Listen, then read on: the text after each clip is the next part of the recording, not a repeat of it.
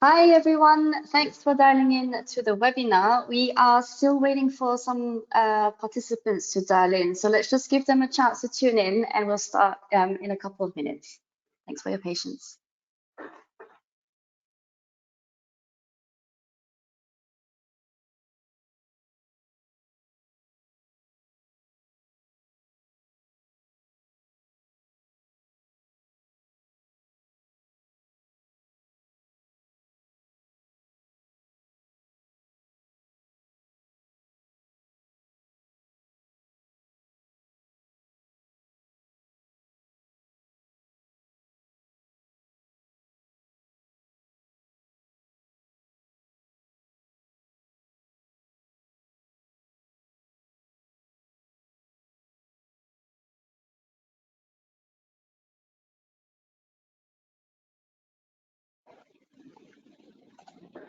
All right, so welcome everyone. Good morning, good afternoon, good evening to everyone dialing in from around the world.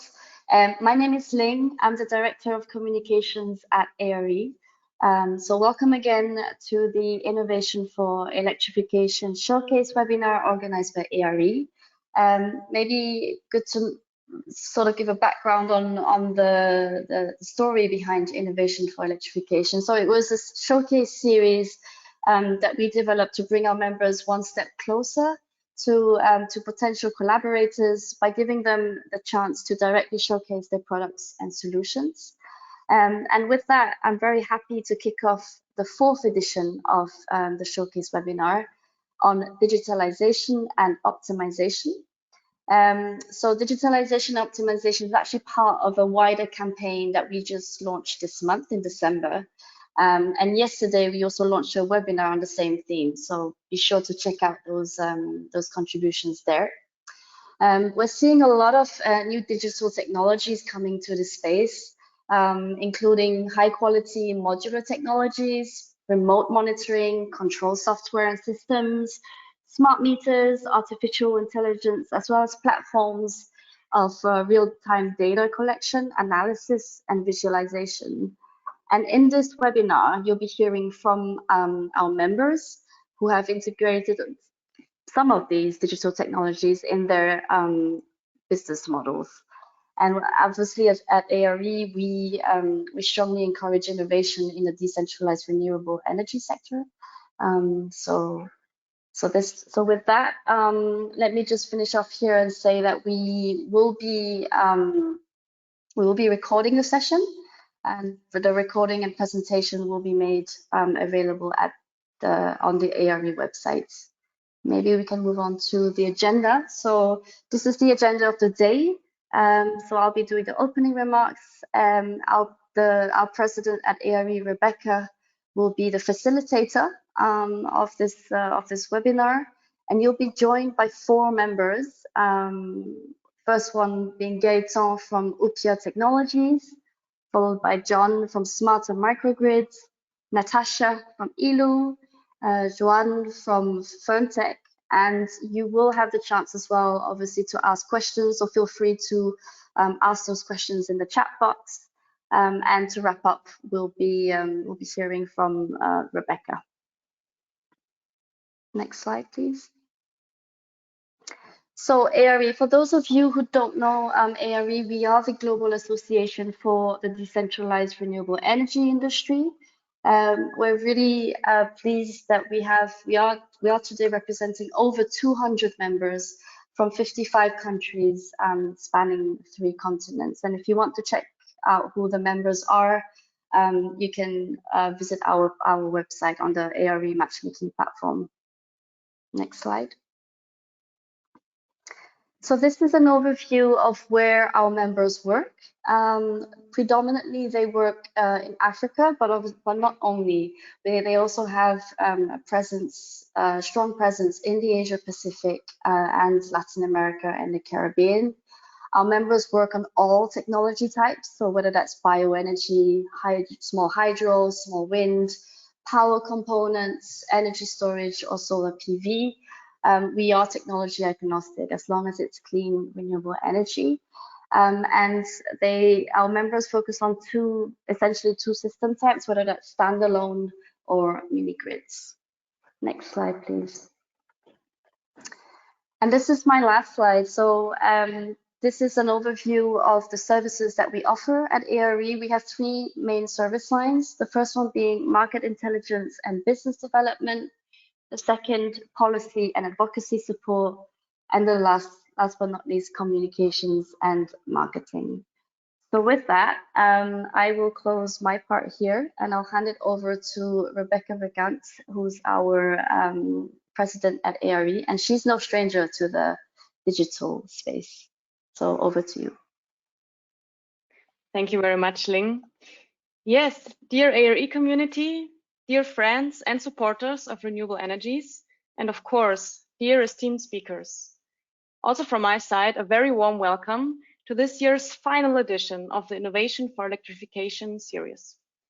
I really look forward to guiding you through probably one of the last exciting sessions in the final stretch of this year, just before the holidays, which all of us believe have well deserved. Yes, as Ling already said, my name is Rebecca Brigant. I'm the president of ARE and also co-founder of Pineberry, who is in the digitalization space as well, and of course also ARE member. It's my great pleasure today to guide you through 4 pitches from our valued ARE members. They will present their recent innovations and success stories to us that are all related to digitalization and optimization. As Ling already mentioned, just as a reminder, we will then have a 40 minutes Q&A where you, dear audience, are invited to ask questions to the speakers. And for that, please use the Q&A function of GoToWebinar. And also don't forget to name the speaker who you are addressing, if there is anyone specific you're addressing, because then we can redirect the question accordingly. And then also please take note of the contact details of the speakers at the end of their presentations, and feel free to reach out to them directly after the event in case of any additional queries or follow-up discussions. Yes, and then finally we will close with the wrap-up and the final remarks. So now before we start, I would kindly ask the speakers to stick to the 10 minutes time for the pitches, just to be sure we have sufficient time for everyone to speak and also for the Q&A in the end. So yeah, without further ado, let's start with the first pitch. And I would like to hand over the floor to Mr. Gaëtan Philippard, who is head of sales at UPIA Technologies. Please, Gaëtan, go ahead. Stage is yours. Cool, thanks, appreciate it. Well, first of all, thanks to you guys for organizing this before we all go on a well-deserved break, I'm sure, for everyone. As we have 10 minutes, I'll really get right into it and tell you a bit more about UPIA. If you have questions that are not answered during the Q&A, don't hesitate to reach out directly to me afterwards. As Rebecca mentioned, you'll get my contact information, and of course, any other information you need on UPIA, just reach out. So who are we? So we're a CRM for the last mile. So we work primarily with solar home system distributors and mini grid developers, supporting them as they digitize and grow their sales operations. So we manage, or they manage through UPIA, their customer data, all types of payment information, inventory, and I'll get into that later as we go through the different slides. Next slide, please. So let's start with the beginning. So we've been in the space, actually, seems crazy, but for a bit more than 5 years now. And I wasn't sure if I needed to clarify this, but recently I'm getting a lot of questions about where does the name UPIA come from? So for those that don't speak Swahili, me included, I don't speak Swahili. Basically, we got the name from the term renew and renewal, which in Swahili is UPIA. When we started, we talked to many entrepreneurs in the space of distribution of solar home systems and others, many companies, and it was very clear that their main challenge wasn't so much the product itself, but is really about the distribution in very tough environments, remote areas, low connectivity, etc., etc. And it was very clear as well that they needed constant innovation, constant adaptation, and ultimately, and that's how we got to the word UPIA, they needed a constant renewal. And so our role, next slide please, is basically to accompany that renewal. Our mission is to adapt to those changes constantly that happen in the different countries where we operate, with the different distributors that we support. Ultimately, we want to be able to adapt our solution to these different distribution models. We want to be able to take the turns when they take the turns. And so that's why we really are focusing on designing solutions that adapt to the changing nature of their business in frontier markets. Next slide. So we work with any product. Again, remember I mentioned at the beginning, it's not the product that we solve for, it's really the distribution. Primarily solar home systems and mini-grids, and hence why we really appreciate the opportunity to talk to so many of you. But we also support e-mobility, productive use, pay-go smartphones, clean cooking, etc. Next slide, please. One of the key things to understand about digitization and the solutions that we provide is digitization, and you'll see this in some of the material that have been published, is really a journey, but it's not something that, we don't solve the digitization by ourselves. So we really believe integrating our solution to other solutions is pivotal. If you look at solar home systems, we need to integrate to manufacturers, the GLPs of the world, the BioLights, the AMPs, and all of these manufacturers that are available. Same goes with mini-grids. We integrate with companies like Spark Meters so that we can read some of the consumption of the users, but also we'll connect that consumption to payments. And then you have the industry or the country-specific M-Pesas, mobile money, bulk SMS, and then you have also the third-party tools that some of our partners use, like accounting tools such as QuickBooks, Sage, and Xero. So our solution is part of the solution in terms of digitalization, and our goal is also, and our role is also to connect it to all the other tools that our distributors are using. Next slide, please. Fast forward to today, we're very proud with the progress that we've made. We have customers in more than 20 countries, primarily in Africa, but also in Asia. As you can see with these numbers, there's a lot of transactions, there's a lot of traffic happening on Upia.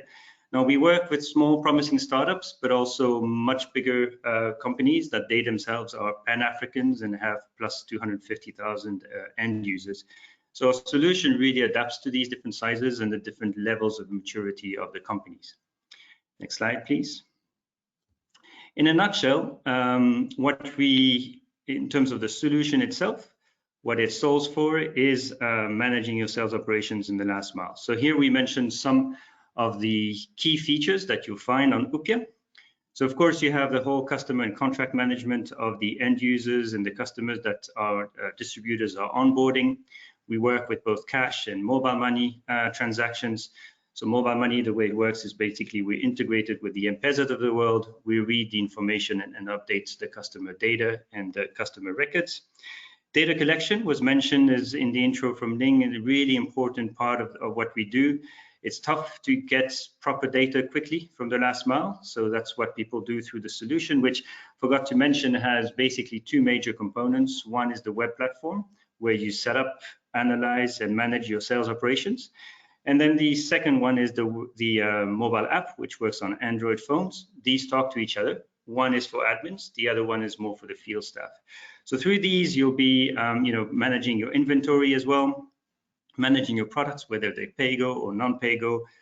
All the installments and all that good stuff in terms of your pricing and terms are set up on Upia and then replicated in the field through the app. Works offline, online in terms of the app, of course. Again, remember, frontier markets, very complex environments. There's a lot of specificities that we need to answer to. So the solutions were designed for these types of markets. And ultimately, you have the powerful analytics. In the last Gogla in Rwanda, I think there was one key thing that came out was analytics of risk. It is a risky business. It is a tough business. So analytics is paramount for you and for our distributors to anticipate problems that might come and to anticipate potential risks. So you have things such as portfolio PAR, portfolio at risk types of analytics, and many more dashboards. As I said at the beginning in my intro, feel free to reach out if you need a full demo of the solution. We'd be very happy to provide it to you guys. Next slide, please. Now, one thing that is important, and again, I'll go back to the newsletter that you can read from the RE, is digitalization is really a journey. We talked about the fact that we work with small, promising startups and bigger customers. They don't all start at the same level when they work with UPIA. Some start with a very simple, straightforward package that allows them to grow very quickly and to start their digitalization journey. Other companies have more robust modules, and here I show you a few. So the idea is really that as you start this journey, as you start with UPIA, we try to be as efficient as possible from the start, and then we grow with you. You might need further down the road a commissions module. We call it UPIA Challenge. You might need something even more robust, which is all about process automation and automating very complex workflows that today are being done manually. We call that UPIA Flows. I'm not going to go through the whole list, but I think you get the idea. We have tasks and tickets, as well as a service for all the customer service requirements, especially when you look at after sales and very complex products that some of our customers are selling, like solar pumps, which have a whole dynamic in terms of after sales and the need for task and tickets, which are managed through UPIA as well. And then, of course, we have bundles, promotions, entities, but really the idea is you implement what you need in the moment. You implement what you need to start your digitalization journey and to scale and to grow. And then basically you add these different models with UPIA. Next slide, please. So that's it for my time. I really want to be respectful of the 10 minutes that I have, but please do reach out to myself, so Gaëtan. You can also check our stuff online, of course, and we'll be very happy to continue this conversation outside of the webinar. Thank you, everyone. Thank you very much, Gaëtan. That was very well in time. Thanks very much for your insightful presentation. I didn't know where UPIA came from, so very interesting also to learn about the name, this way it works. So cool. Thank you very much. Thank you. If there are any questions, please, dear audience, feel free to post them already now, and we will discuss later in the session. Cool, thanks. Okay, thank you, Gaëtan. So the next one is Mr. John Zamik, who is CEO of Smarter Microgrid. So John, please turn on your camera and stage is yours. Right, thank you. Is that? Yep, it's working. Hi guys, nice to meet you all. Can you have my first slide there, please? Oh, great. Okay. So I've been in the digital industry, as you can see from my old and line face. I'm an old man. I've been doing this for a long time, and I've been involved in digital stuff for about 35 years now, working through a lot of transitions in that time from very different systems in the past, proprietary islands of computing, to right through all the transition through the internet and beyond, and now the application of digital technology to energy. And that's why I got involved with microgrids, because I see microgrids and distributed energy as the future, and I felt that for a long time. So what I set out to do when I founded Smarter Microgrid was to build a very competent platform, scalable, reliable, all the things that one would expect in a platform. That's a digital management system. So the thing I think that potentially is different for us from other people is that we're in the process of becoming open source. We'll be open source within the next few months, and if we have access to our source code if anybody wants to get there. There are other platforms that are doing that, but there's a lot of platforms that are proprietary as well. And the open source approach definitely changes the access to the technology for the potential partners that we work with. So I just want to emphasize that yeah, we believe we have a very seamless, competent platform, but also that it's open source. Next slide, please. So for us, right from the beginning, it's all about the data. It's been about how do we capture as much data from as many sources, from as many places, and bring that into, unify that, make it available, store that, and integrate that with other sources and then export that data if people want it. So effectively, as like many IoT platforms, is designed to be able to do just that. So we can integrate sensors from different sensors of different types. We'd build new sensors that don't exist if you know. So either through the controller of the systems that we're monitoring and working with, or completely separate, and then entirely new systems that can be worked with. And then to combine all that and capture that, make it persistent, make it secure, and report all that through into the cloud.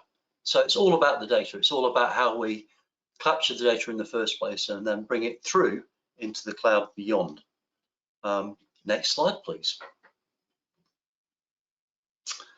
So what we've been experiencing I'm sure this isn't true everywhere, but particularly what we've been experiencing in the markets we've been working in, is that historically, and I think this is starting to shift now, that the model for implementation of microgrids has been somewhat static. And what that means is that the developers have set out to build a microgrid, they've modeled that microgrid, they've delivered that microgrid, and at that point, that's fundamentally job done. And so that leads to a loss of opportunity. If that's the thought process, a lot of opportunity being lost, because there's still opportunity to optimize and to move beyond that original design idea and change the utility provided, the economic benefit provided by adapting to changing circumstances and different needs. And so the model, we think, is shifting and will change and continue to change. So historically, the first part of the model is evaluation, design, installation, and then operation. And they were separate stages quite often. So the tools were different between these stages. And so we believe that it would make sense, or it's very helpful, to have one tool right through the process, from the point you envision it to the point that you deliver it, operate it, and go beyond that. So so there's some benefits to doing that. So if you could, next slide, please. Okay. So we've thought about the issue as well. It's not just to do with data. It's not just where the data comes from, but when the data is brought into the system for optimization and for analysis. So our system, we set out expecting that all of our systems would basically be implemented probably during the design and installation phase, and that we would then be running through the operation phase, and that's where we thought most of the work we would be doing would live. But what we've actually seen is that there's obviously you've got the before phase of the project, you've got the during phase where instrumentation, you've got the after phase, and actually what's happened with us, and I'll show you some examples in a moment, is that we see that we've engaged with customers in each of these phases, and it actually works that because of the way we integrate with the data, from our perspective and from the user's perspective, any time period can be integrated into the data flow, and it looks like it was captured during operational data. So effectively, we create a model of the life cycle of the system, from either right at the beginning, from before installation, so we have a model, through operation, and actually we can then capture data and import data, bring data in from third-party systems such as portals after they've been built. So which I'll talk about in a minute. So, and because of that, there's an opportunity to think about what you're doing with that data at each stage, and you can get more value from it and change the utility people get from their systems. And of course, just to make the point that these stages are not exclusive, so you can deploy the system to capture the data at any of the stages, and then go on to do later deploy other stages of the project. So you can go get historical data later if you want to. So for instance, one thing you could do is you could model the project before, so synthetically fabricate the data and model it, and then capture the real data from another system to see how, you know, the actual as built, how it's actually running and how it's performing versus the expectation. Now, it's actually much better if that's all in one system. It's much easier to do that, and you get much more seamless access. But that, we're not stopped from doing that. Next slide, please. Okay. So this is a picture of a system that we constructed. It's actually a simulation using two sources of data. One is the data from the customer themselves, the prospect themselves, and it's a creation of a substation. It's modelling a substation in West Africa, and we actually used production from a substation here in the UK and scaled it up to produce a simulation, so we could produce a visualization and understanding for that prospect. And it was about looking at how they could optimize their use and change their use. So that's a before the fact simulation. So that illustrates that opportunity. Next slide, please. So this is from a micro hydro plant in Nepal, and what we did there was actually install an instrument, the micro hydro plant, which at the time had zero instrumentation, and that's quite common in some of the sites we go to. So no data at all. And what you see from that data is that there's 41% of the available usage that could be used, that is not being used, that could be applied to constructive use. So that's a massive number if you consider it. 41% of underuse is a huge loss of potential return on investment that is just not getting used, and it's because people are not, you know, in that case they had no data. So some very simple data completely transformed their understanding, and in fact it's in that particular site it's actually worse than that, because the site is ran at only 50% of the capacity of the generator, and the rest is so it doesn't even make it onto this graph. So there's the opportunity to expand quite a long way beyond that as well. So that's just an illustration of the sort of the power of the data if you start to look at it. Next slide, please. The final illustration is actually from a microgrid in Myanmar, where we extracted the data from a portal of a Huawei portal and created a visualization of that data, because the Huawei portal does have reports, and it does have it does have reports, and you can do some analysis, but actually that was only part of the data too. So we integrated data from consumption as well. We put some monitoring instrumentation of our own in, and okay, right. So next slide, please. Right.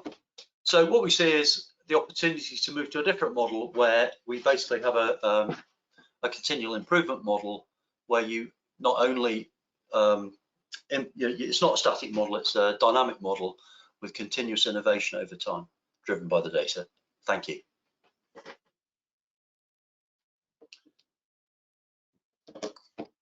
Questions? Thank you very much. Thank you very much, John, for this insightful presentation. Yeah, it's amazing to see how much potential is actually lost when data is not being tracked. So very insightful. Thanks very much, and see you later in the Q&A session. You got it. So our next panelist coming up is Miss Natasha Allen, who is a co-founder of ILU. So please, Natasha, turn on your camera, and stage is yours. Awesome, thanks, Rebecca. Do you mind advancing to my first slide?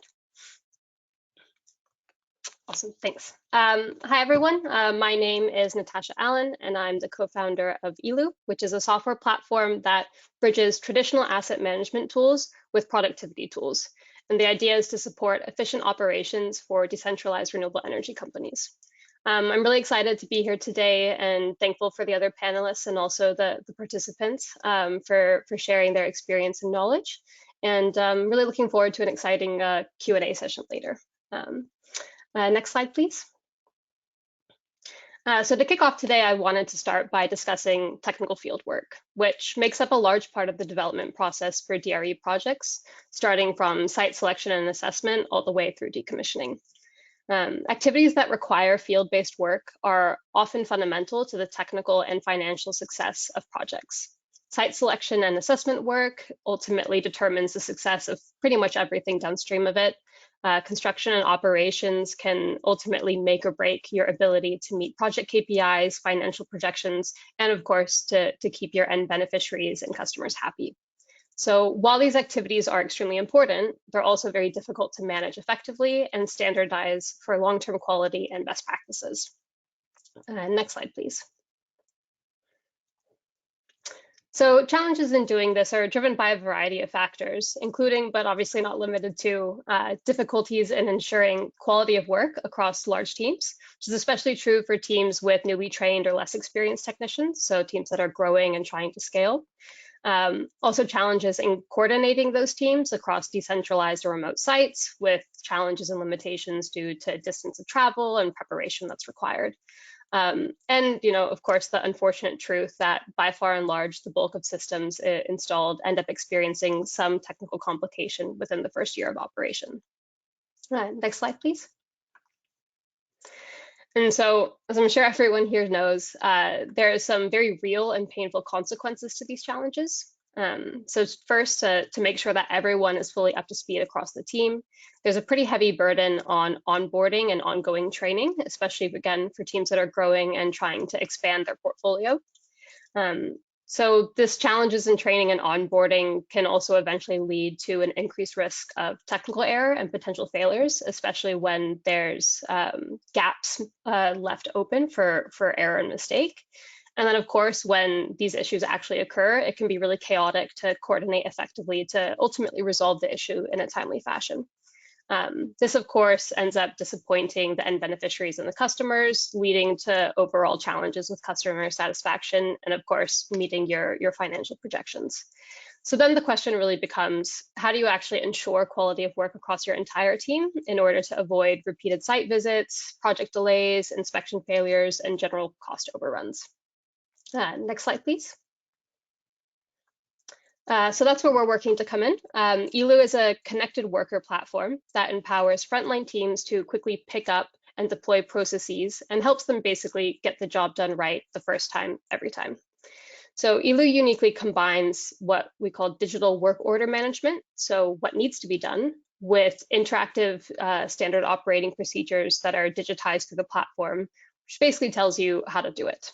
So on top of the work order management, ELU's digitized SOPs, which we call workflows, ensure that workers have immediate and easy access to the guidance they need to be able to basically execute as well as they can on their respective tasks.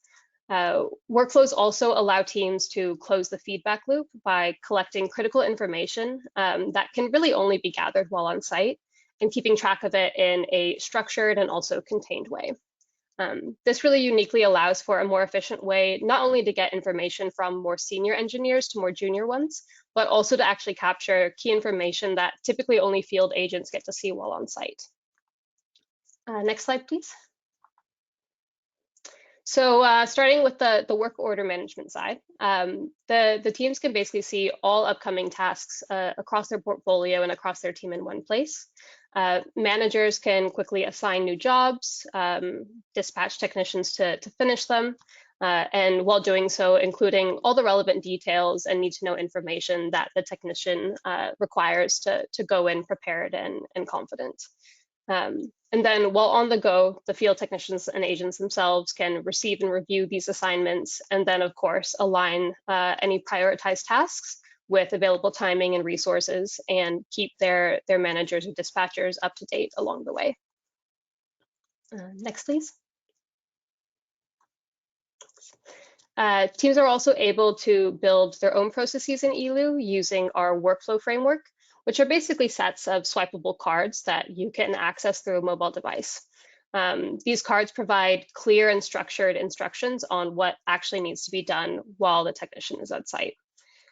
These workflows can be edited in real time and published pretty quickly out to your team. And what this allows for is a bit easier communication and support in things like corrective maintenance incidents or any kind of reactive work where you need to get information out quickly. It also then allows for quick integration of lessons learned and putting those back into overall team level processes. So making sure that when mistakes are made, those lessons are captured and actually operationalized versus lost into the void. But these workflows are attached directly to jobs, which kind of allows managers and dispatchers to add specific structure and also clarity to field teams on what they expect to happen on site. And then while on site, the field agents themselves can use those workflows to inform and direct what they're doing. And then at the same time, collect real-time information in the form of photos and different inputs that they can capture each step along the way. So all of this is data that is stored and can be fed into different reporting and review processes, and doing so ideally without having to scramble to collect data across multiple tools and messaging platforms. Next. Thank you. So information that's been gathered using workflows is then logged and available for review in ELU's web application. This lets managers and more senior engineers keep track of what is actually happening on the ground, again, in a structured and standardized way, and then helps them respond a bit more quickly to the demands of real-time work and integrate lessons learned along the way. We feel that this is a pretty sharp distinction from typical field service management softwares, where teams are typically stuck in hard-coded workflows that can become outdated or mismatched with their day-to-day needs easily. So we want to be able to ensure that teams can stay agile and adaptive to what they're trying to do. Workflows can also be used to clarify and demonstrate processes to other stakeholders who are invested in the success of the project, such as funders and partners. And workflows and the data collected through them can be shared for reporting and review purposes. This is also valuable for communicating other kinds of critical or essential information, not only related to your technical work, but also field-based work that is administrative in nature. So alongside building this platform that allows users to kind of create and deploy their own workflows, we're also building a shared library of industry-approved workflows to make it really easy for any team, regardless of size, to be able to execute high-quality technical field work. So with this library, users would be able to access pre-existing workflows and processes that they can then adapt for their own needs or kind of take out of the box. And our hope is that by facilitating the mass digitization of these work instructions, we'll be able to build a knowledge base that allows any field technician to kind of quickly tap into and ultimately confidently install, operate, maintain, and fix any kind of renewable energy system. We hope that this will bring more skilled workers into the industry and ultimately get more systems up and running and help keep the energy transition moving as quickly as possible and trying to avoid any skill-based bottlenecks. Next. Cool. Yeah, I think that's it from me. Thank you everyone for your time, and please don't hesitate to reach out if you have any questions or would like a demo or something. Thanks. Thank you very much, Natasha. That was very well in time as well. Really insightful. And yeah, see you soon in a couple of minutes. But first of all, we now switch to Mr. Joan Tarago, who is Business Development Manager for Asset Management at Ferntech. So please, Joan, turn on your camera and off you go. Thanks, Royuka. Hello, everyone. And next slide, please. Yeah, so my name is Joan. I work as sales or business development at Ferntech. We are a German company that was founded in 2016. I'm one of the co-founders. And we have been developing technologies for remote monitoring and control for off-grid or hybrid power systems. Of course, very focused on emerging markets, but also quite a lot of activities in Europe, having microgrids and CNI, mid-low scale CNI and microgrid systems as the sort of sweet spot for our technology. Next slide, please. If you go to Ferntech website, and that's something probably I have to mention here, you will see that Ferntech is now part of Odyssey family. Odyssey is an American company, and now Ferntech it's one of the companies within the Odyssey umbrella. So just going to spend a minute explaining what Frontier can also offer, thanks to this sort of partnership or for the fact of belonging at Odyssey, and I'll just do that very quickly. So next slide, please. We've been talking about digitalization of systems once they are installed, but I think we need to also expand what digitalization means in other areas of what could be the project lifecycle of a DRE system, and that's exactly what Odyssey is trying to achieve with all the tools and data services that we're offering. So we're trying to digitalize every single stage of a project lifecycle of when it comes to implementing DRE systems at scale, starting from technical financial due diligence without planning tools that will be then that will help to standardize and normalize the way systems are evaluated in both technical and financial point of view, to then submit those projects into public but also private financiers, donors, investors who are interested in investing in mini-grids and C&I sector. And then we also have this set of services to these type of entities. We're just building a new business unit called aggregator procurement that is very active now in Nigeria. And basically what we do with this unit is to aggregate demand among different type of developers in a given country and help them to purchase equipment at bulk. So we aggregate this demand and we make an aggregated purchase of equipment, panels, inverters, batteries, etc., so we can reach economies of scale and we can sort of find synergies when it comes to, of course, price of the equipment, but also shipping and customs clearance. And as I said, we just started in Nigeria, but we're going to be opening up in other countries in Africa very soon next year. But of course, once the systems are gone through the phases of due diligence, financing, procuring the equipment, installing them, of course, we need to implement technologies to know what's going on with the systems once they're installed. So that's why over the past 6-7 years at Ferntech, we have developed these monitoring control technologies that now fit into this puzzle of services within Odyssey, and that's what I'm going to be talking now in the next few minutes. Next slide, please. So when it comes to operating and maintaining systems, our technology is based, it helps to do that in a centralized manner by combining hardware and software that enables the operator or the owner to check the performance of the systems from one screen, independently on if it's a mini grid, C&I, residential, if they're big, small. And next slide, please. We would divide the main features, the main sort of achievements that this technology enables in 3 groups. So one is, of course, aggregating the data. So we, with this technology, we can collect data out of the key components of a system, not always have to be only the inverter. There are many other components that are important in the system, diesel genset, when there is any smart meters, battery, temperature sensors, solar sensors, relays to control load. So these are important key components that needs to be connected. We can, of course, once this data is collected, we analyze them, not only on a low-level technical point of view, but also we can mix it up with other financial or impact metrics that we can collect within the whole Odyssey product suite, and we can get techno, financial, or impact metrics in customized dashboards according to the customer needs. And in terms of control, especially if we have our logger or controller installed on site, we can implement control algorithms that we call logic loops that enable the automation of certain decisions or operations of the system. For example, things related to load management, managing better diesel genset, managing better how the system is fitting into the grid.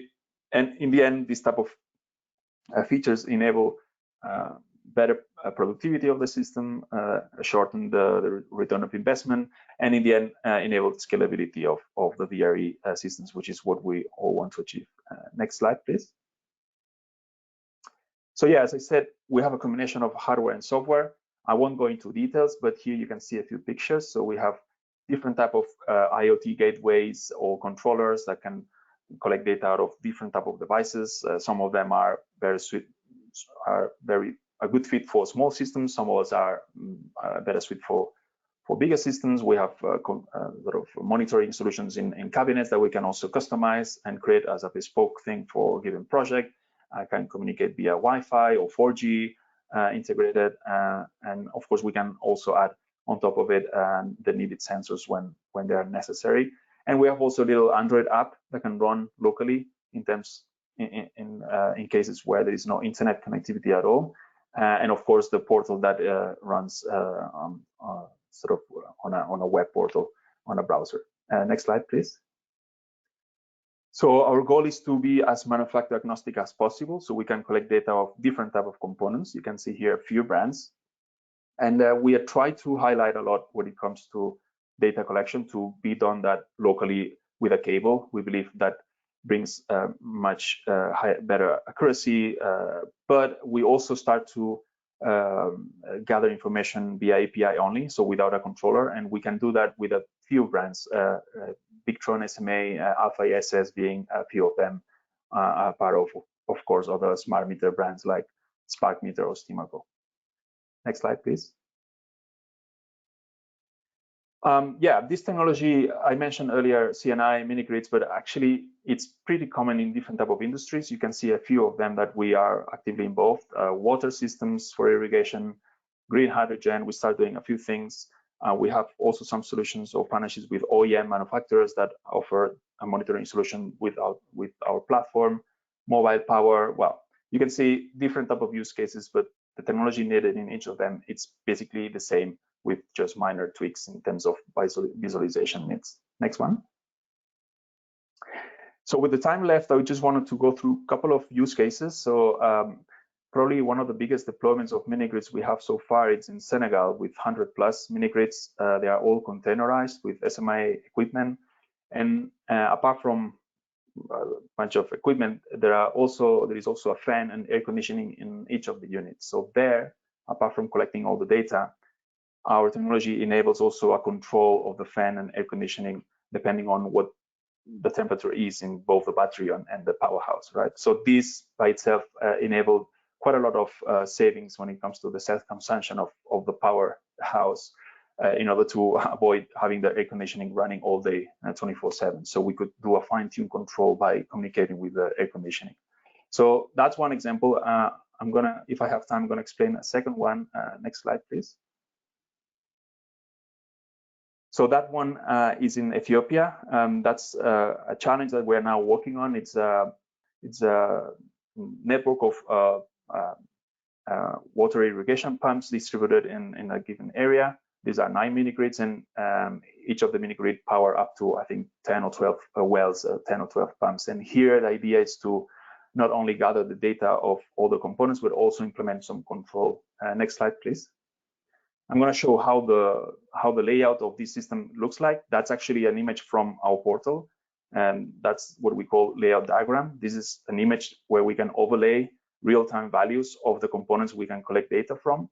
Underneath, you can of course put more graphs like KPI and all different type of charts. But this layout diagram is sort of quite visual, that gives you an overview of the things we can collect, the components that we can collect data from. So of course, from the supply side, generation, storage, but then from the consumption side, we can also get data out of each of the pumps, each of the VFDs, data coming from the water sensors, water volume, water pressure, even data from the moisture level. So with all these data, what we can do also implement distributed control. So we can decide when to pump water or not, depending on all these variables, right? So we can see when to irrigate or when to send water into this field, depending on, of course, available water in the well, but also available energy in the mini grid, because we don't want to sort of overstress, or we don't want to limit the resources for the other type of wells. So this is that type of control that we can implement with this technology. And yeah, I thought that would be a good example to show you today. So with that, next slide, please. With that, I finish my presentation. So here you have my email, and happy to answer any questions now in the Q&A. Thanks. Thank you so much, Joan. Very nice and insightful presentation. So yes, we've reached the end of the pitches. So once again, a big thank you to all the speakers for sharing your exciting solutions and experiences. And it's amazing to see how versatile the digitalization and optimization landscape is, and how many innovative solutions are out there among our ARE members. So now, dear audience, it's your turn, and I would like to open the floor for the Q&A session. So I'm inviting all the speakers to turn on their cameras again, please, and be ready to take the questions from the audience. So just as a reminder, please, dear audience, submit your questions in the chat if you haven't done so yet. And also, if possible or if needed, please address the speaker directly when posing a question. So here we are. Hello again, John, Joanne, Natasha, and Gaëtan. Perfect. So let me check if there are any questions. I think we received some already. So there is one question from Piet Eben of Foundation EMDA in Luxembourg and Netherlands. They are an NGO and seeking pilot examples for solar development in off-grid situations on smaller islands. Are there any suggestions? So this question is open to all the speakers. So maybe we start with Gaëtan. You were the first one to speak as well. I'm not sure I understood the question in terms of pilots for islands. Can you just rephrase it or repeat it, please? So the question is about solar development in off-grid situations on smaller islands. I believe it's a more general question, but please, of course, feel free to specify, Piet. So any thoughts on that, or anyone else?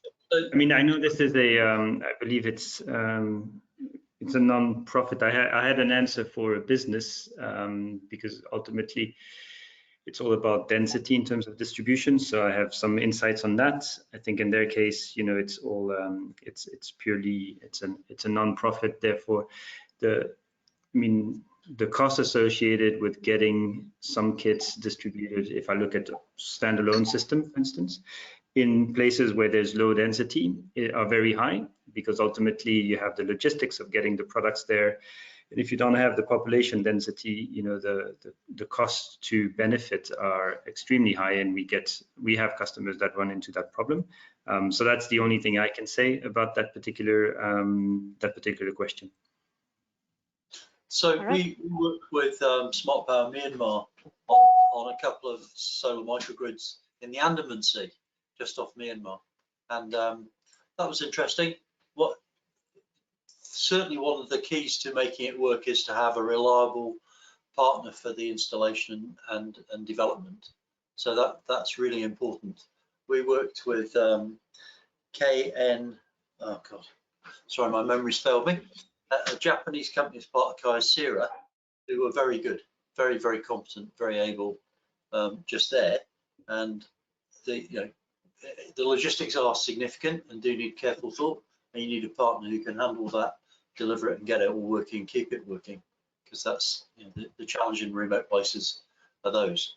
And data access is also a challenge, because there's often no digital infrastructure you expect, no wireless infrastructure. KCKM, thank you. Yeah. Thank you, John. Thank you, Gaëtan. Any other thoughts from Joanne or Natasha on this question? Yeah, well, oh, sorry, you go, Joanne. Okay. To piggyback off of John, actually, I have a team that has done work in Myanmar doing installations on some of these small islands. And I think I have not much in addition to generally say about it. I think John kind of summarized it quite well, but I'm happy to answer any specific questions or have a longer conversation if someone would like to reach out. Yeah, I just wanted to mention that also depends also what small island means, right? We have had experience of both site in an island where there is no electricity at all, and it's of course totally off grid. And here what John said is really true. You really have to have good local partners installing the systems and make sure you test everything in advance, because if you miss a cable or component, you're not going to be able to buy it there locally for sure. And the other one I wanted to say, we just had an experience not long ago of a relatively big site, 1 megawatt in an island in Sao Tome, but surprisingly enough, that was grid connected. And that's probably because sometimes in these islands, you have huge microgrids based on big diesel gensets, and many times what some companies trying to do is to support or complement or hybridize these big diesel genset based mini grids with PV systems that are interconnected. So that's something also we have seen a couple of times. All right, thank you. Yes, please, John, anything to add? No, I saw a question on the chat. If we've answered that question, there's a question in the chat I'd like to address. Okay, sure. So allow me just to check the questions and pick them, and then I will post them to all of you, just so we keep the overview. But I'm sure you're referring to the question that was, I know there was one question for Joanne, actually, not John, sorry, but Joanne, regarding pharma control. Are you including moisture sensors for greenhouse to control the irrigation? We could. So the short answer is yes, we could, but we are flexible there. We're also happy to suggest sensors and get the partner acquiring them on their own or supplying them ourselves. Both ways. All right, thank you. Then we have a question to all of you speakers. Is there a scale limit for your various systems? So could you address individual homes who may have a solar panel or stove only connected to the platform? So it could number in the tens or even 100s of thousands. Or are your platforms restricted to mini grids? I was going to answer that, so if I might, I'll answer that. Our platform was designed very carefully to be scalable to as big as, well, we're not aware of a scaling limit on the platform. There may be one, but it's built to be infinitely scalable. Nothing is, but it's built to be that. And at the bottom end, we can run it absolutely tiny as well. Single home is completely feasible in terms of cost and viability. So we can scale right through that range. Okay, thank you, John. Any other thoughts? Maybe from Natasha, from your side, anything to add regarding scalability? Yeah, for us, because we try to keep the say type of content that workflows can be developed around quite flexible and open to the needs of the users, we find that we don't really hit that scalability wall, even looking at smaller size systems. So ultimately, any process or any instruction that you want to communicate it, be it a small system or a large system, we kind of leave workflows open for those applications. Thank you, Natasha. From my side, yeah, from yes, my please. side, I would say, I mean, scalability is exactly what we designed the technology for. So we really hope all customers will reach thousands or hundreds of thousands. So that's what we're aiming for, and we are actually already planning to develop what we call fleet management tools that will help in enabling the management of large fleets. In terms of size, it's true we have also quite flexibility, but we have to admit that our sweet spot normally it's under the 1 megawatt peak, and anything above a solar home system and below 1 megawatt peak is where we are comfortable. Mm-hmm. Thank you, Joan. Gaetan, do you have anything to add? More or less in the same vein. I mean, we don't have limits in terms of the size of the product, in terms of consumption of the product or whatever, because we're a data collection, data management CRM solution. But in the same vein as Joan, so our solution was there to help companies scale. So there's no limit in how many customers they might be managing through Upia. As I said in the quick presentation, we have customers that have more than 250,000 end customers on Upia. What's interesting is how we structured the platform is you can have a very micro view. So of course the agent only sees what is relevant for him in terms of stock, in terms of payments, in terms of customers. But then if you're a Pan-African entity, for instance, you see the macro view of all your entities, and you can zoom in, zoom out, because of course if you get to sizes of 100,000 customers, then the trick is how do you make sense of all that data? So you need some form of structure on the platform and the analytics, but also on the daily management of the data.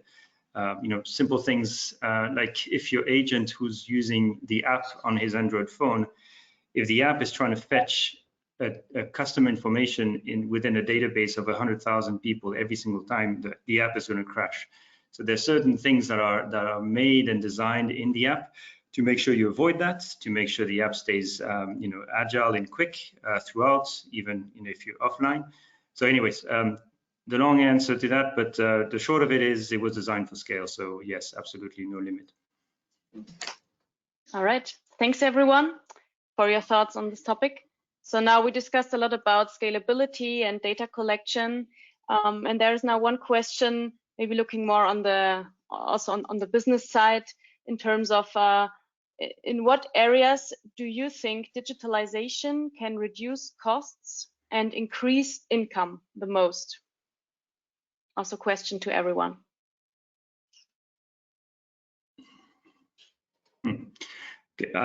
Maybe a thought on that, and it's yes, please. So I mean, clearly from our perspective, it's all about efficiencies. So if you take it from a B2B side, because we ultimately are in the B2B space, our customers are businesses. They cannot do what they do if they don't have something digital and automatic, and because there's too much costs associated with manually managing all of those. And so ultimately the impact is direct, because no company can grow in the last mile space without the right digital solutions. Ultimately the cost would be too high, the data loss would be too high, the inefficiencies would be too high. So all of that helps companies that manage scale in very tough environments. The digital solutions help them basically have sustainable businesses. It's not the only part of it, but it's a crucial part of it. The other thing that we're seeing a lot, and it's not within the space of, I mean, it is indirectly within the space of solar home systems and mini grids, is there's an ever increasing penetration of smartphones for the end customer. Because now you can sell smartphones through pay-go schemes, which means that just like you had with solar home systems, these were not accessible before, but now they're becoming more and more accessible. We're seeing our own partners who are distributors of solar home systems also distribute pay-go smartphones. And that changes completely the dynamic in terms of sales and reach to the end customer, because thanks to that whole mechanic and established distribution channels, they have access to pay-go smartphones or smartphones, which means they have access to data, which means they have access to, it could be weather trends or whatever all the data that they could have access to. They could become e-commerce platforms, shortening completely the communication channels with them, shortening completely the, how they order products, how they get pricing and all that stuff. So definitely that's where we see, that there's probably going to be a big change impacting the overall last mile and digitization in general, which is the end customer will go beyond just having a feature phone and be open to a lot more digital tools. Thank you, Gaetan. Any other thoughts? Yeah, so just a thought, the controllers that run these digital systems, these assets, are fundamentally limited. It's hard to upgrade them and to keep changing the controllers are linked to the hardware, so it's hard to keep gaining more than incremental gain on the performance of the asset itself. So the opportunity in terms of optimization is about making these things play nicer together. It's the collections of things and the utilization across the collection that really matters. So the big opportunities are combining the consumption data and the usage data and using both those inputs to manage eventually consumer behavior as well as generator behavior. So that is because that's a digital function that can be continuously upgraded and changed. That takes place away from the hardware. It's not linked to the hardware. So there's a real opportunity to do ongoing and continuous improvement. Obviously, the big gains will be at the beginning, because you get the biggest gains at the beginning if you pick the low-hanging fruit, but there's continuous opportunity. And then as you change the utilization and as usage grows and economic development grows, picking the right mix of equipment and running it in the right way at the right priority, actually there's real opportunities to make really significant LCOE improvements and asset utilization improvements digitally. That's where I see, there's a big opportunity going forwards. I fully agree with John, and there are tons of low-hanging fruit that can be sort of collected by just implementing very, very basic sort of set point control by, as John said, interacting all these components together more nicely. And that could be just a matter of turning on irrigation pump when there is exceeding energy because the solar chargers are curtailing, right? So simple things like that. I would like also to add in terms of lowering cost. That's exactly one of the reasons Odyssey or Ferntech are launching this aggregated procurement. So we want to try to get lower capex costs when it comes to buying components, because we found many different developers in Africa who are too small, or they don't have enough assets to really have enough negotiation power towards the supplier. So that's our aim, to aggregate their demand and have more negotiation power, and then reach economies of scale, and therefore lower the cost. Wonderful. Thank you. Yeah. Natasha, do you want to add Yeah, anything? Yeah, I just want to add a little bit about so the people side of operations as well. One of the things that we've seen is that there's a lot of value that can be unlocked in getting basically more out of your frontline technicians, as well as site agents that you might have already deployed or in communities that you're working in. So site agents can even be people that are more focused on things like payment or customer management from an administrative basis. But we've seen a lot of value in using workflows as a way to bring extra skills to people that are already close or on site, as a way to avoid unnecessary site visits or extra trips that need to be taken for doing initial troubleshooting or even fault resolution. So there, we think a lot of the value that ELU can bring as a solution is basically being able to cut those operational costs down, as well as, of course, cut your resolution times. So the longer your system's online, the more kilowatt hours you can sell. All right. Thanks, everyone, for answering this question so thoroughly. Then we have another question from Ahmed from the Renewable Energy Hub Nigeria. Ahmed is currently doing a research on digitization of smart metering and monitoring using blockchain. So his question is, are any of the presenters here involved in such a project? I believe he means blockchain. All right, no one? Or maybe planning to do so? Blockchain is a big term, so I'm not, it could be many things. As some of you probably know, within the solar home system space, there is a hint of blockchain through all those token generations, which allow for a unit to be locked and unlocked. So by default, we could say Upia works within blockchain because we work with these manufacturers and are integrated with them. But that's where it stops currently. So if that's what they mean by blockchain, that's one aspect of it.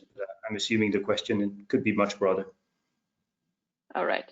So maybe Ahmed, yes, please. Sorry. No, I just want to very briefly mention, it's true, I've heard blockchain or AI sort of keywords in the mini-grid sector for a number of years, but apart from maybe some papers, research papers, I've not seen anything working yet, but of course that doesn't mean it won't happen.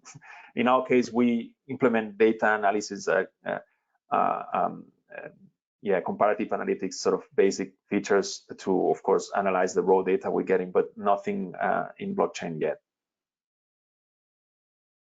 All right. Yes, so maybe Ahmed, I would like to then invite you to just maybe reach out to the panelists afterwards and specify your question a bit more, and maybe there's even a potential for a new innovative project. You never know, because blockchain is definitely on the forefront as well among all these innovations. All right, then we have another question to all of you speakers. Are your solutions application cloud-based or on-premise from edge devices? So from the very start, we were aware that low-grade communications were going to be a real challenge in a lot of the places we're working. So our system was architected. I had a lot of argument with my developers over time because they kept saying, let's just go cloud. And I kept saying, no, we're not going to do that because it'd be easy if you do. And so we're able to run either on some of our systems on-prem anyway, and the rest is in the cloud. But we've architected it so that the part on-prem can be disconnected, can have a transient link to the cloud. Obviously, you can't manage it from the cloud if the cloud isn't there and you're not connected to it. But the system will keep running and doing its stuff and collecting data, and then we have built a local collector so we can collect that data when the cloud's available. We can carry it somewhere and put it on a different internet, which is what we're doing with one of the hydros in Nepal, where we capture a month and then go off to an office somewhere to upload the USB stick that the data's on. So we see that, and we've also built our own communication monitoring system so that we're able to tune our amount of data collection to the functionality of the link that we're running on, because link capability, as the question picks up, really matters.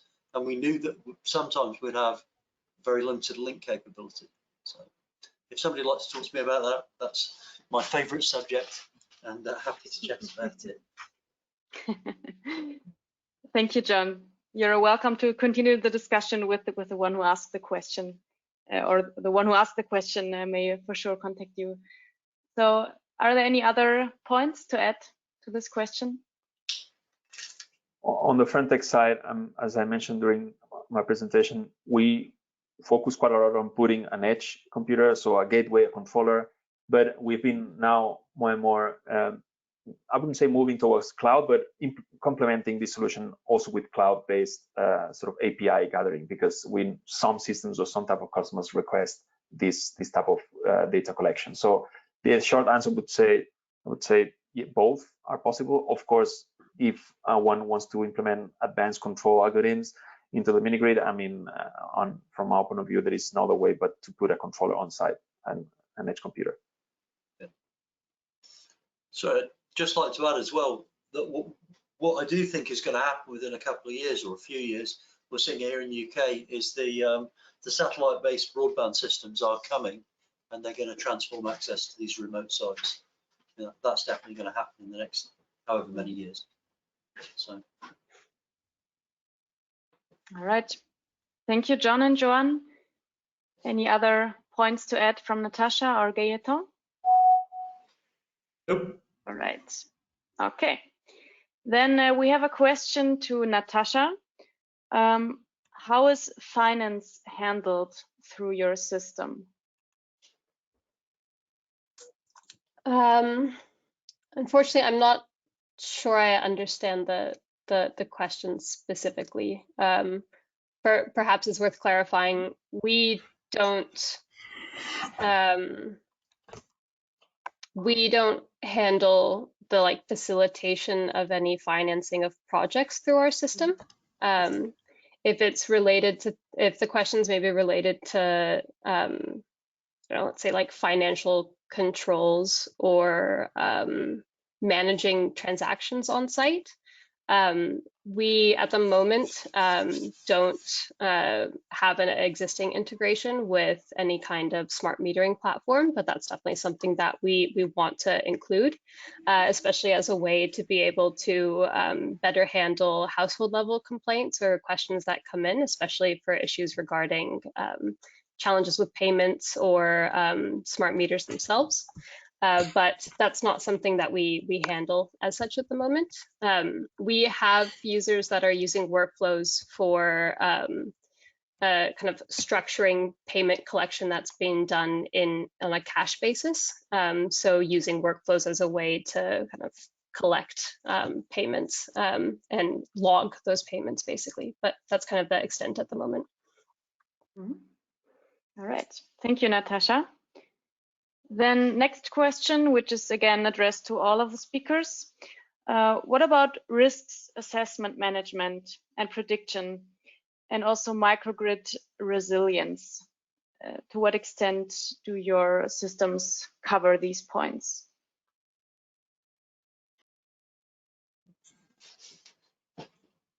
I can, while the others think about it, I can because our angle is completely different from probably from the rest of the panel. So maybe this is a side note, but our risk management is related to all the pay-go stuff, installments-based selling, basically. So it's not related to load shedding or whatever technicalities my colleagues might have. What's interesting is there's a whole installment side of things, of course, which is basically as I mentioned before, the big question that was out in the last big conference in Rwanda. You can have many dashboards, and actually, in terms of AI, back to the previous question, there was a small panel conversation just around that, and still today, not from us, not from anybody, there still isn't any advanced AI predicting installment risks within the solar home system space or the pay-go space that at least we know of. So the predictions are based on standard analytics, debt versus through time, and as I said before, portfolio risk analytics, etc., etc. But that's where it stops, and it's all installment based. Thank you, Gaëtan. Any other thoughts on this? Sorry, there were two parts. There was risk and resilience. The risk question is difficult to address, other than, I did talk in my presentation about comparing as built to as predicted, and the risk is that the system doesn't operate how you expect when you build it. So modeling it well, doing accurate modeling reduces the risk going in terms of in terms of performance delivered, and keeping and seeing, and then changing the behavior of the system over time means that you can reduce the risk of it performing in ways you don't expect. So, like using a lot more diesel, say, to make up for the lack of battery space or whatever it is that has worked out. So that's one way. In terms of resilience, our system is built where the idea is the system is resilient in all the ways that you would hope for, so that the monitoring should stay available even if the actual hardware breaks. Hardware resilience can only be dealt with by redundancy. So in fact, all resilience can only be dealt with by redundancy. But it's quite easy to have resilience in the monitoring infrastructure because it is. So there we go. Thank you, John. Any other points to be mentioned by Joanne or Natasha? I think I can kind of add briefly especially from a resiliency perspective. At the end of the day, if something goes wrong, i.e. something breaks on site, someone has to go there or be there to actually do the repair and do any kind of quality assurance or inspections that need to come after that to make sure an issue is resolved. And so part of the way that we think about resilience and to an extent also, I guess, risk management is just making sure that when that is done, the people that are actually deployed to do the work have the skills and the support to be able to do so in an effective and also a time efficient way. So the kind of long-term goal there being that you have like the team and structures to be able to not only manage kind of the sites you have, but also the sites that you're going to be growing with as you scale, because that inevitably means hiring more people or managing more technicians, and that gets harder and harder the more that you have. So part of the I guess goal of what we want to achieve with workflows is to be able to make it so a newly joined or less senior technician can kind of come up to the level of like a standard technician in your team as quickly as possible and being as useful as possible. Right, thank you, Natasha. Yes, please, John, go ahead. Yeah, sorry. On the risk side, one of the big risks that we've come across and I've heard reported is actually that it's dissatisfaction or perception of poor performance by the consumer community, and collecting that and being aware of it and seeing changes in consumer behavior to give you some advance warning that people might not be happy with the microgrid. I've seen lots of reports historically where the consumers they were implemented for view them as a failure. And oftentimes the reasons for that aren't understood. People haven't done the work. So our system doesn't, we provide data to help with that, but part of this is just about being in touch with your users, getting the feedback of how they're experiencing the microgrid. It really matters to maintain a good contact level with the people who are using it and see that they get their perception that it's reliable, it's available when they want it, and it provides for their needs in the way that they want. So just like it's a big deal. It's not always covered. Thank you, John. Any other thoughts from Joan? Do you have anything to add? Yeah, I mean, a lot of things have been said, and I agree with all of them. I would like to just highlight that in terms of resiliency, when something goes wrong, I mean, technologies like remote monitoring are very important to diagnose what the problem is and ideally fix it remotely, and if not, at least know exactly what the local technician needs to do. And of course, that's why this type of local management softwares that were presented today are also very important. In terms of prediction, at least at Ferntech, since we also offer these tools for technical and financial due diligence, we have, and we can play with different sensitivities. We have a clear idea of what the predicted performance of the mini-grid should be, and then we can then compare it with what the reality is and see the deviations there and value the risk and when it comes to the design of the mini-grid and how to improve and as we scale. So that's also a very important part. All right. Thank you very much, everyone. So let's move on to the next question. It's again a question to all of you. What is the commercial model of the proposed solutions, respectively? So who would like to start? Well, I can start by saying that mainly, especially for mini-grids, we're talking about a CapEx when it comes to getting the hardware, and then a SaaS fee that is normally paid yearly. And it depends on the tier of the software service that you offer. Normally we have 2 tiers. And with that being said, we have flexibility. We have also partnerships with people who prefer a one-time payment for both the license and the hardware, or just the license, and this license to make it last for a large number of years. So that's also doable. So full flexibility there. On the UPIA side, so we have minimum fees that you pay per month to have access to the platform, regardless of the number of users. And then the rest of the fees are based on your volumes. So volume-based fees, the more you grow, the more the fees grow. So your success is our success, basically. We're the same, open source, so we don't actually charge a license fee. There's no upfront. Obviously, there's implementation costs to do with hardware and getting set up, which we do charge for. And then there's running costs in the way that Gaetan just described as well. So in the same way, we're volume based, and it's all to do with the amount of data. So exactly the same. Yeah, for us, in February, we'll be launching a version of the app that allows for autonomous onboarding. And so to allow that to be as smooth as possible, we want users to be able to, initiate their trials and decide on their conversions kind of on their own time. And so to make that simple, we kind of follow a basic per seat pricing for use of the platform. All right, thank you, everyone. Then we have another question. When the mini-grid is already on the place, are there any challenges to be connected to the platforms when the mini-grid is installed already? If I might, yes. So clearly, if the mini-grid's already there, oftentimes they'll, depending on the manufacturer, the equipment will be talking to a particular portal. The generator equipment.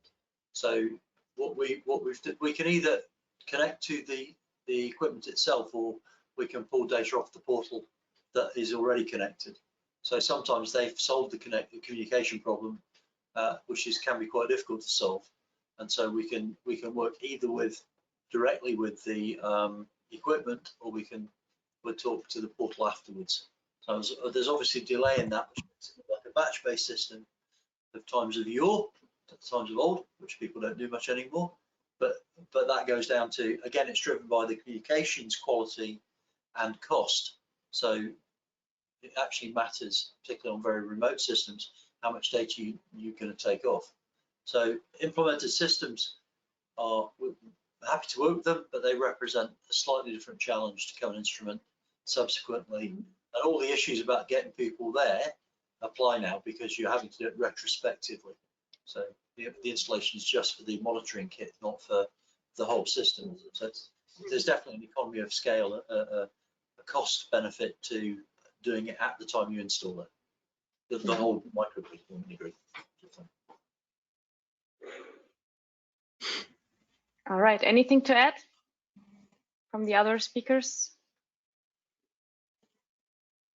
Well, when it comes to installing, in terms of upgrading or installing a monitoring system with an edge computer device on a mini grid that is already existing, especially if it's in a very remote location, I mean, we saw plenty of challenges, but I think I would summarize them as, you know, the big challenge of course, it's dealing with technology that it's relatively new. You know, we're talking about communication, we're talking about devices, and many times local technicians are maybe not trained enough to understand how to connect those devices. So I think the challenge here for companies like ours is to make this technology as simple as possible to use, pre-tested, pre-wired, and do all this type of stuff, and B, train these installers as much as we can with sessions, webinars, videos, demos, anything we can. So these are the two big things we need to do to reduce all these challenges of when it comes to commissioning,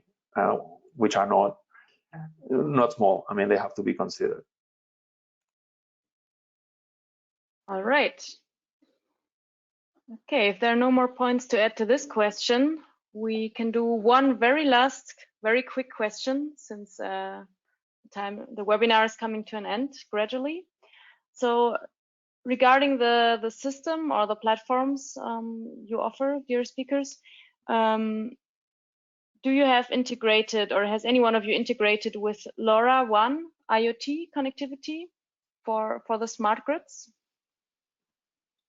So we're using LoRaWAN on two projects. One's a noise control system for a wind farm, and the second is a consumer monitoring system on an island off the UK called Alderney, where we're doing meter collection with over LoRaWAN. So yeah, another protocol was looking.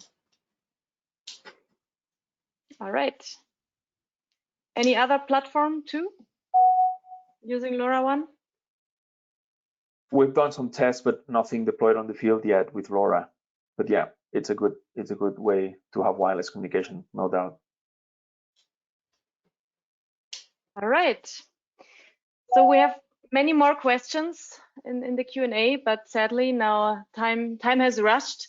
So please asking all the question or the questioners who weren't answered now to reach out to the panelists or the I4E team or me after the webinar.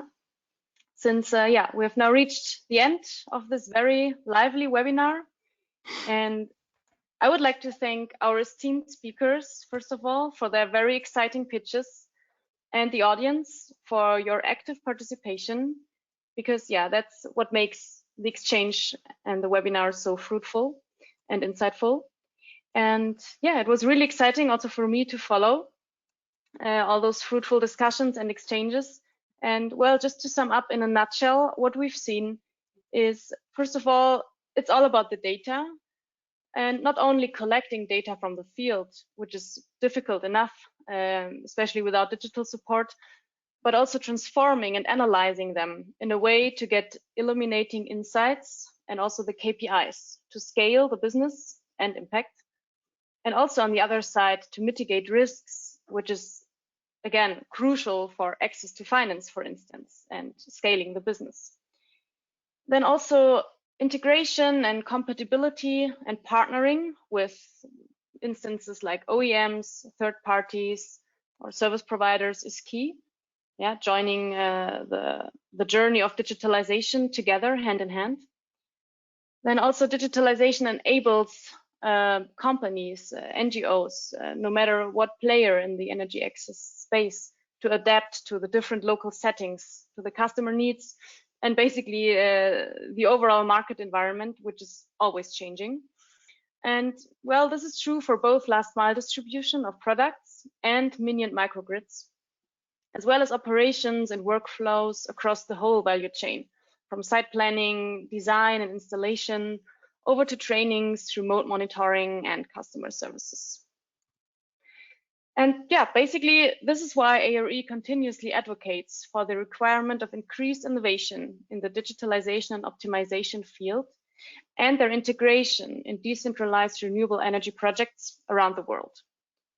And therefore, companies and organizations in the audience who wish to work with I4E in this field, you are cordially invited to consider joining I4E as a member. So please feel free to reach out to us and contact us. And yeah, once again, thank you everyone. Thank you so much for being with us on this year's final edition of the Innovation for Electrification series. I wish you all a wonderful rest of the day, evening, morning, whatever, and joyful holidays with your loved ones, and a very happy, new and powerful year. See you next time. See you next year. Thank you. Cheers, everyone. Bye-bye.